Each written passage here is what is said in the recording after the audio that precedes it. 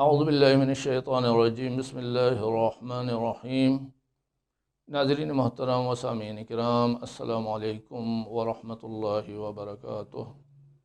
اگرچہ کہ ہم مسائل اجتماعی کے اوپر گفتگو کر رہے ہیں اور یہ گفتگو کا طریقہ ظاہراً میرے لحاظ سے مناسب نہیں ہے، کیونکہ اس میں سامنے افراد بیٹھے ہوئے ہونے چاہیے جو سوال جواب کریں، گفتگو کریں، نقص کریں، بہتر کی طرف ہم جائیں، تبادلہ عقول ہو، تبادلہ خیالات ہو، وہ روش زیادہ بہتر رہتی ہے۔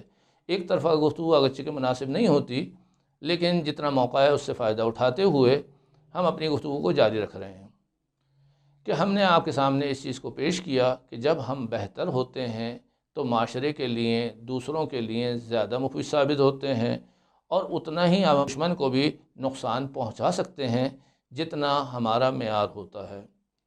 اگر آپ اس بات کو دیکھنا چاہتے ہیں تو آپ حضرت مسلم بن عقیل ہیں، ان کو کوفے میں دیکھیے کہ تقریباً 12,000 افراد سے لے کر 18,000 افراد تک نے بیعت کر لی ہے حضرت مسلم کے اوپر، ہاتھ کے اوپر، اور دارالامارہ جو ہے اس کا گھراؤ کر لیا ہے۔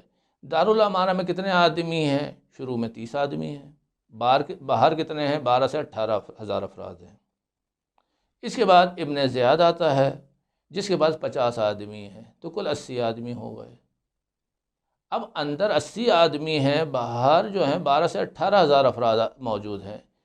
اگر یہ چاہیں تو یعنی 80 آدمیوں کو آسانی سے شکست دے سکتے ہیں، لیکن ابن زیاد نے جو چال چلی ہے وہ افواہیں تھیں کہ لشکر آ رہا ہے، لشکر آ رہا ہے، کیا ہوگا کیا ہوگا کیا ہوگا۔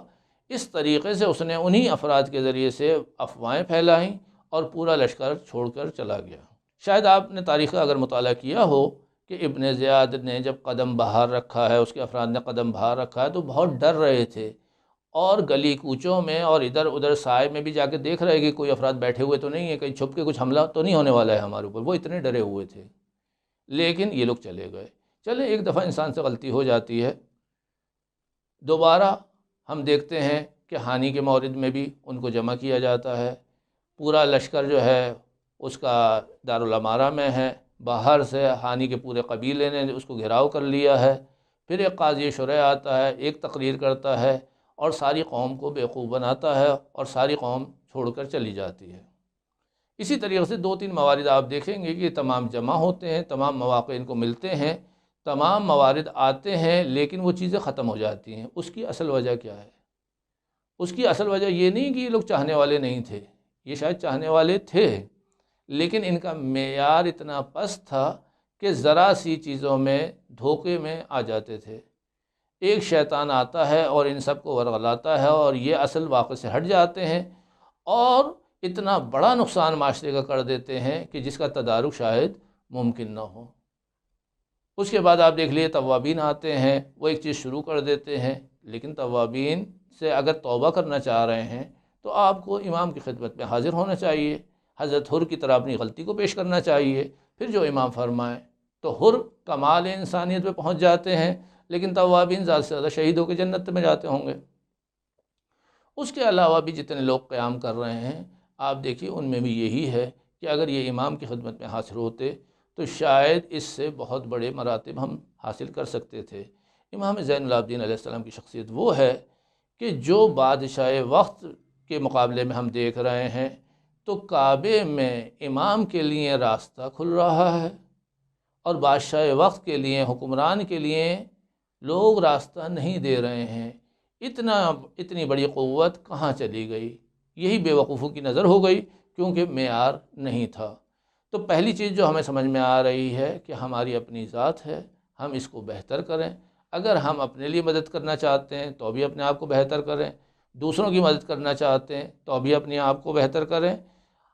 روایات ہمیں یوں بیان کر رہی ہیں کہ اگر تم دنیا چاہتے ہو تو بھی نماز شب پڑھو، تم آخرت چاہتے ہو تو بھی نماز شب پڑھو، اور خالی اس کا مطلب اللہ اللہ کرنا نہیں ہے۔ جیسے کہ ایک شخص مسجد میں بیٹھا ہوا اللہ اللہ کر رہا تھا، تو حضرت علی علیہ السلام آئے اور پوچھا کہ بھئی اس کو روزی کون دے رہا ہے، رزق کون دے رہا ہے، کھانا کون پہنچا رہا ہے؟ کہا محلے والے۔ کہا وہ اس سے بڑھ کر عابد و زاہد ہے، یہ معاشرے کا چور ہے۔ یہ معاشرے کا چور اس لحاظ سے ہے کہ خدا نے کہا تھا کہ پوری زندگی کو رنگ خدائی میں ڈھالنا ہے، یہ زبان سے اللہ اللہ کر رہا ہے اور پوری زندگی جو ہے اس کی خلاف رنگ خدائی میں ہے۔ تو ہمیں اپنے آپ کو رنگ خدائی میں ڈھالنا ہے۔ جب ہم رنگ خدائی میں ڈھالتے ہیں تو لحظات میں ترقی ہوتی ہے، معراج ہوتا ہے، عروج ہے۔ ہمارے سامنے واقع کربلا ہے، اس میں حر کی شخصیت موجود ہے۔ وہاب قلبی جو عیسائی سے آ رہے ہیں ان کی شخصیت موجود ہے۔ زہیرقین جو عثمانی ہیں وہاں سے آ رہے ہیں، مختلف ہیں، لیکن لہجوں میں انہوں نے جو فیصلے کیے ہیں اس نے ان کو کمال پہ پہنچا دیا ہے۔ تو ہمیں اپنے لحاظ سے اور اپنے معاشرے کے لحاظ سے نا امید نہیں ہونا چاہیے۔ ہم صحیح راستے کا انتخاب کریں، اپنی ذمہ داری اس حیثیت سے کہ ہم مریض ہیں ڈاکٹر کے سامنے پیش کریں، پھر ڈاکٹر کی جتنی صلاحیت ہوگی وہ ہمیں اتنا کمال پہ پہنچائے گا۔ اس کے لیے اہل بیت نے ہمیں راستے بتائے ہیں، ہمیں ان کی طرف غور کرنا چاہیے۔ آج کی جلسے کو ہم یہیں تک اختتام تک پہنچاتے ہیں، آئندہ جلسے تک کے لیے اجازت دیجیے۔ السلام علیکم ورحمۃ اللہ وبرکاتہ۔